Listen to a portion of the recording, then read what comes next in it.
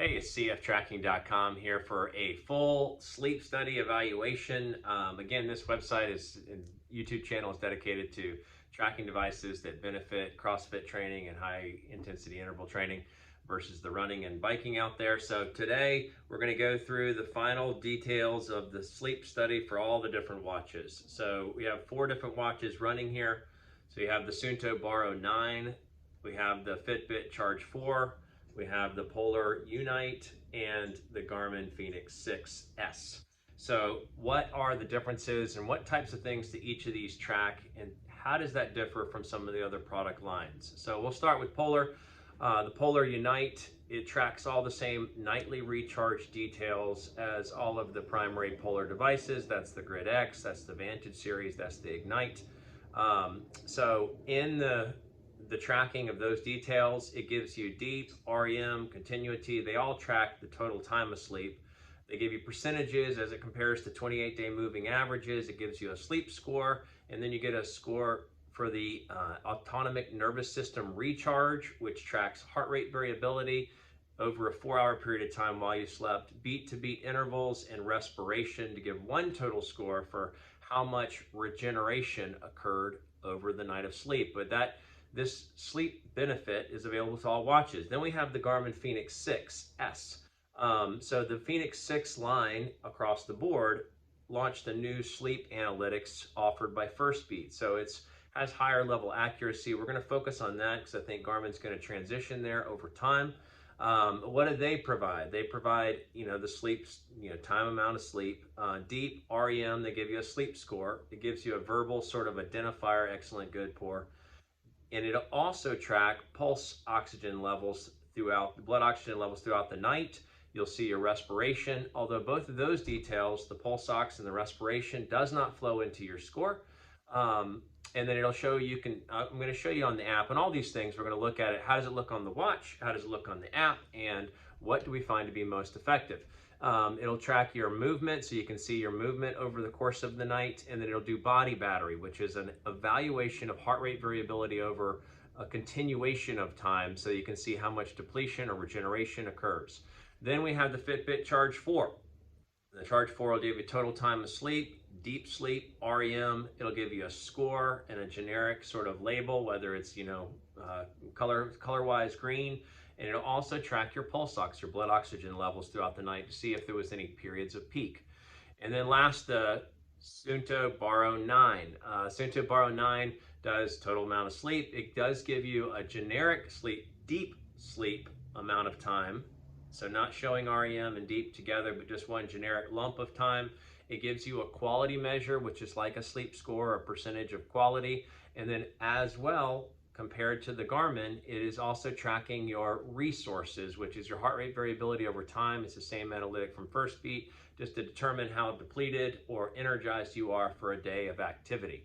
So in these, the primary differences are on the Suunto line. Not all of the Suunto line offers the same level of deep analytics or sleep analytics, as well as the resources capability. So you have to read which specifics. On the Fitbit line, I believe all the watches, for the most part right now, offer the same sleep analysis, and most of them have the pulse ox, blood oxygen tracking metric built in.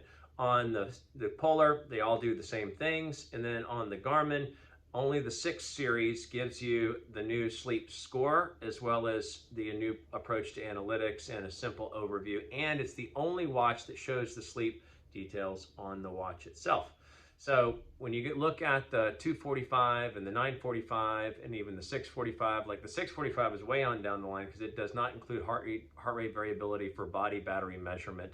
But the 245 and the 945 do have the body battery. They do have all of those same sleep tracking details, and it actually looks the same on the app, but it doesn't give you the Firstbeat analytics behind the scenes, and it doesn't give you the sleep score. So it obviously doesn't have it on the watch as well. So what we're going to look at in this study is, as I tracked it over the course of a few weeks here, what are the differences, based on the information provided. So we'll see what it shows on the watch, what it shows on the app, and then I'll talk a little bit about how it's sort of the differences or the details provide value to day-to-day life. And then we'll come back and we'll look at who I feel like was the most accurate, the most helpful, gave you the most useful information, and was the most effective at evaluating how your body regenerated. So please give it a thumbs up if you like it. I'm definitely trying to build a subscriber base, so please subscribe for more content. I'm continually, reviewing new watches. I just started the review for the Verdicts, and I'm going to give you sort of an update to the 245 at some point this week. But subscribe, and let's get into some of the details on the devices. Okay, so this is the basics of the sleep study. So you have the Garmin Fenix 6S, the Polar Unite, which runs the same analytics as all the other Polar devices, the Suunto Baro 9, and the Fitbit Charge 4. So we're going to look at each of these one at a time as to what they have built into the watch and what the experience looks like. So you'll go into the sleep widget, which will give you a summary of the score and the total time of sleep. You go into it, it'll give you a quality rating. It'll tell you just a generic overview. And then you'll get a snapshot of the times you were in deep sleep and based on colors, and then the overall details of it. So this is great. This was previously not available, and you can see all the specifics and all the details of it, and then it'll give you a basic summary. So again, the overall sleep widget into the details.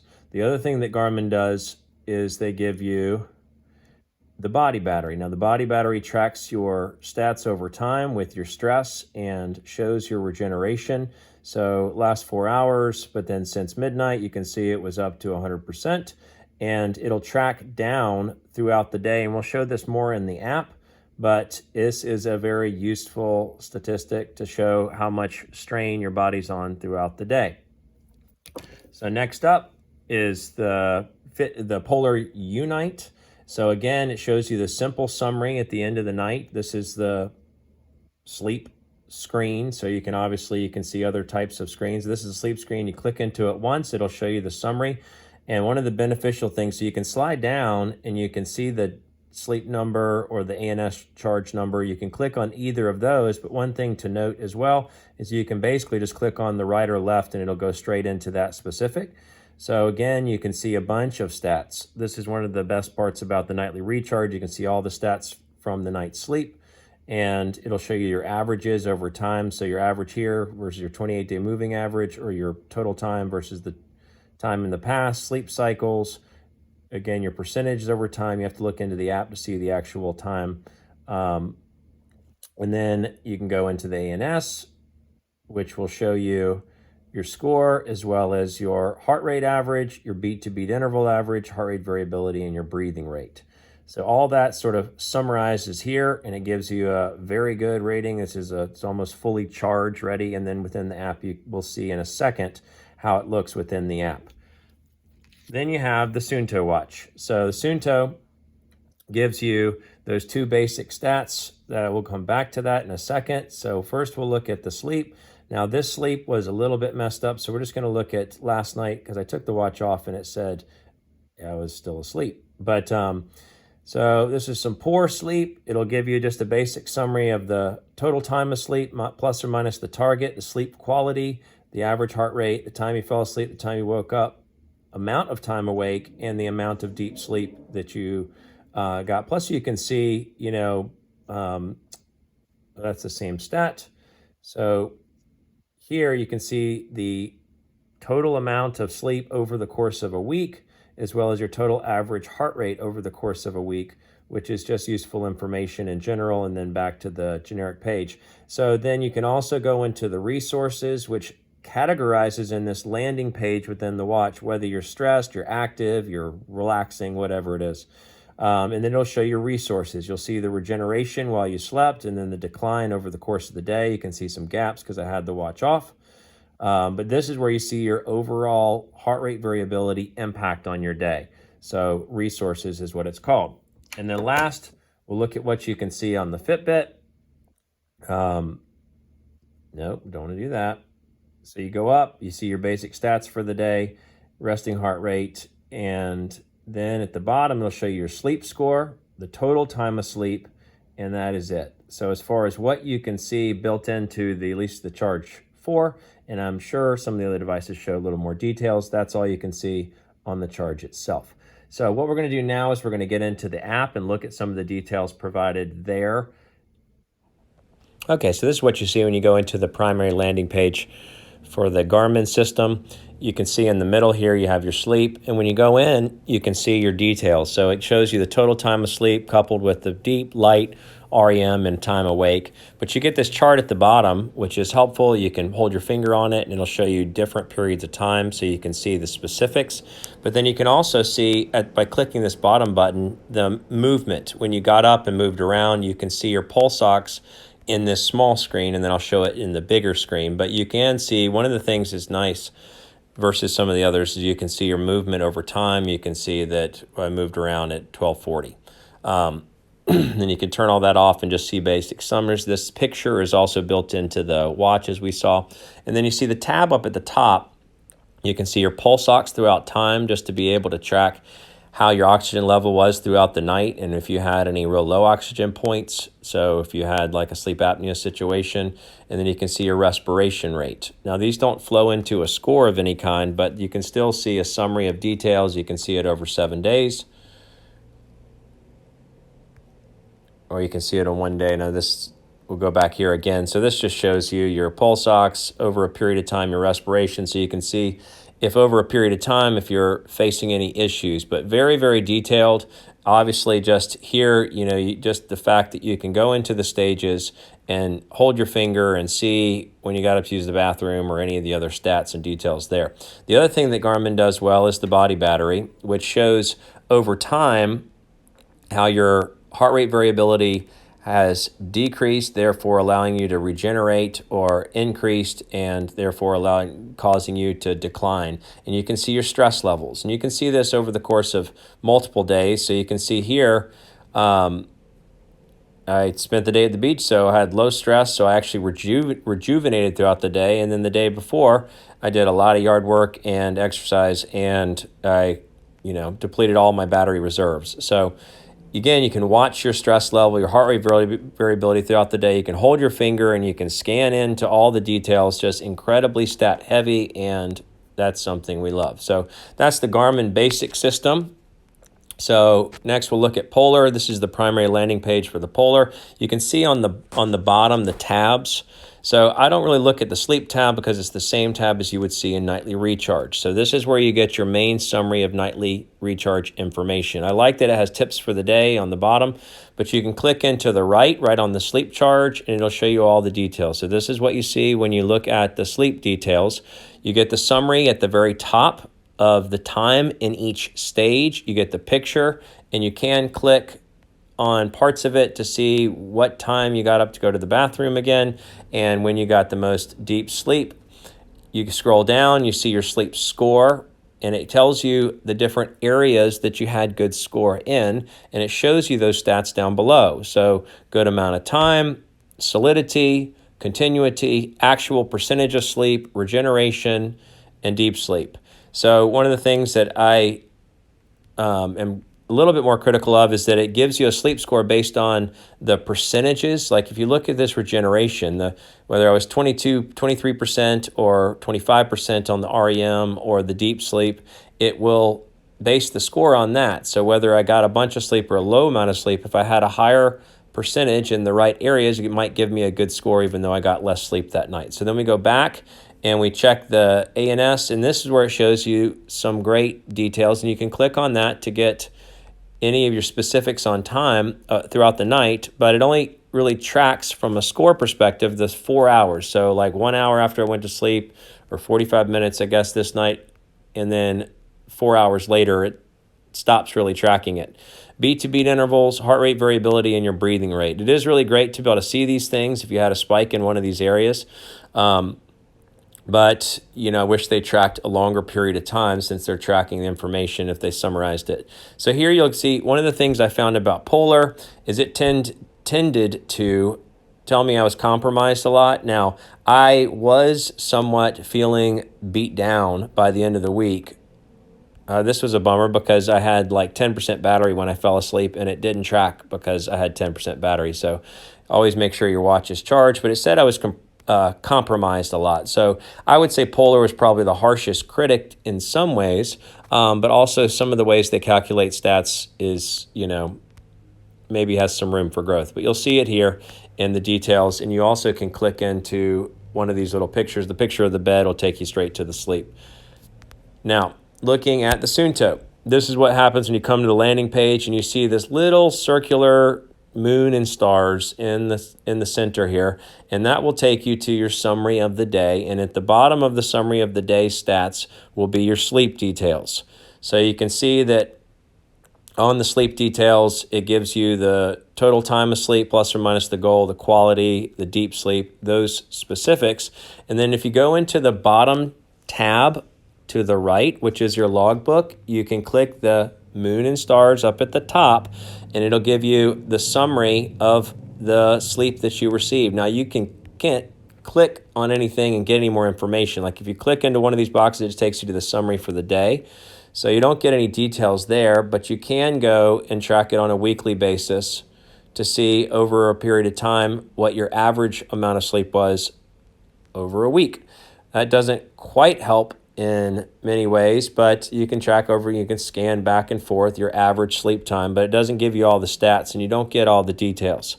But it does track on the watch the resources. That's one of the things about the app that's so funny, is that you actually don't get your resources, which is your body battery, heart rate variability, on the app itself. So that's the Suunto system.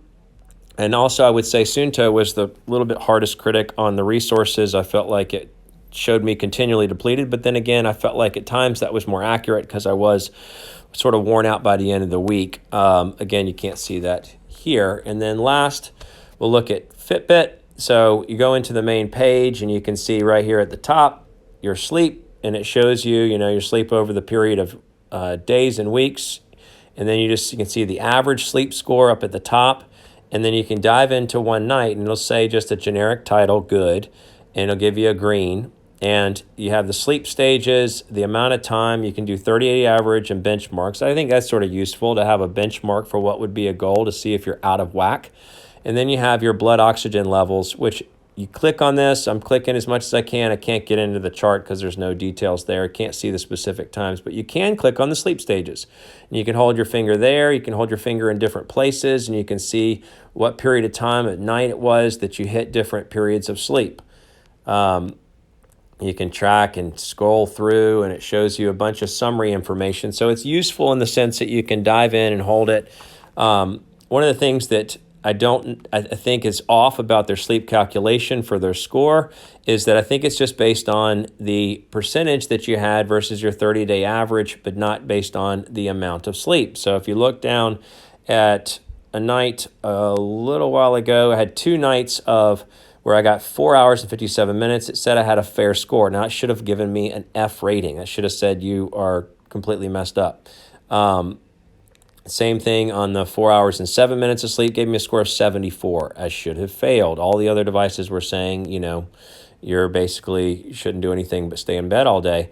So it doesn't quite have the accuracy. I felt like you can look at the scores here. Well, you can look at the scores at the top. It just gives me high scores. Now, this was a week when I barely got 6 hours of sleep a night, and it was just giving me scores in the 80s. Well, that didn't feel right at all, and it definitely did not calculate how much recovery I had experienced or how much recovery I needed. So it didn't provide any value there. And then again, if in the blood oxygen level, it just sort of shows you generic information for blood oxygen that you can't tap into and can't get the details for. But this is the Fitbit. So let's wrap up and we'll talk in general about which ones I like the most. Okay, so in summary, who do I feel like was the most effective and who do I feel like has areas needed to grow in? Number one, the most effective I felt all around was the Garmin watch system on the Fenix 6. So now you have the sleep score, you have sleep details built into a watch widget. It gives you feedback, it tells you all the basic stats built into the watch and recommendations for how to approach the day. This new development with First Beat Analytics makes it the overall winner in my opinion. Plus it includes the heart rate variability tracking at all times. So if you have a stressful day, you're more depleted, and you can see how much your sleep is regenerating that. If you have a sickness coming on, it'll pick that up. If you drank too much alcohol, it'll pick that up as well. So that body battery and the heart rate variability is a significantly useful stat, coupled with the new sleep tracking, makes this by far, in my opinion, the most complete useful aspect. Second to that is the Polar Nightly Recharge benefit.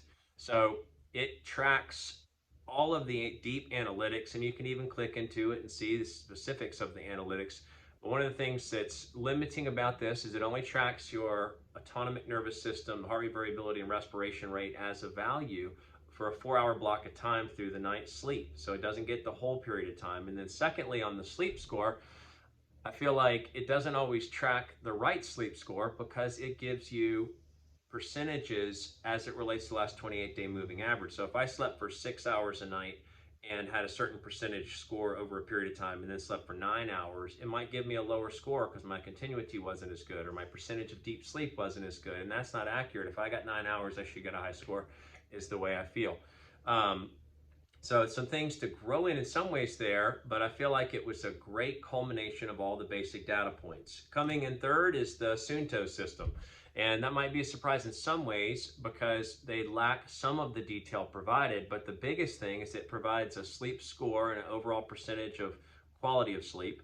And then it also provides the resources, which is that constant heart rate variability tracking, which is a fundamentally beneficial stat and detail. So they don't give you much detail in the app or in the watch, so that's a bummer, but at the same time I feel like it's the third most useful. And coming in last, in my opinion, is the Fitbit. The Fitbit system, it shows you some basic stuff on the watch. It shows you can definitely dive into the details on the app itself. But one of the things I found is that the sleep score is just not accurate in my opinion. Those times where I've gotten low amounts of sleep, it's given me a high or generally high score, which doesn't help. As well, on the blood oxygen tracking, you can't click into the chart. You can't see at specific points what time of night it was that you had a spike. It will show you some details if you had a spike and if there's some concern about sleep apnea. So that's beneficial, but you can't get into the data enough. And I just felt continually like it was just too generic, besides the fact that the score seemed way too high. It seemed like it was just giving me high 70s to, mid to high 80s all the time, regardless of what happened, regardless of what time I slept and how much deep sleep or REM sleep I had. It just sort of said, generic score, you're doing okay, and I didn't always feel like I was doing okay. So that's the summation. So Garmin's Fenix 6 line, hopefully they'll bring that sleep tracking score down to some of the other devices. But the Garmin was the most complete, and even now I'd probably say it's one of the most complete, even with the less quality analytics on the sleep scores on the other devices. Polar's Nightly Recharge is a great culmination system with some details and issues there. And Suunto does a great job with resources. Fitbit does just a good generic job. So thanks so much for watching. This is a summary of the sleep study. Thanks so much, CrossFit or cftracking.com.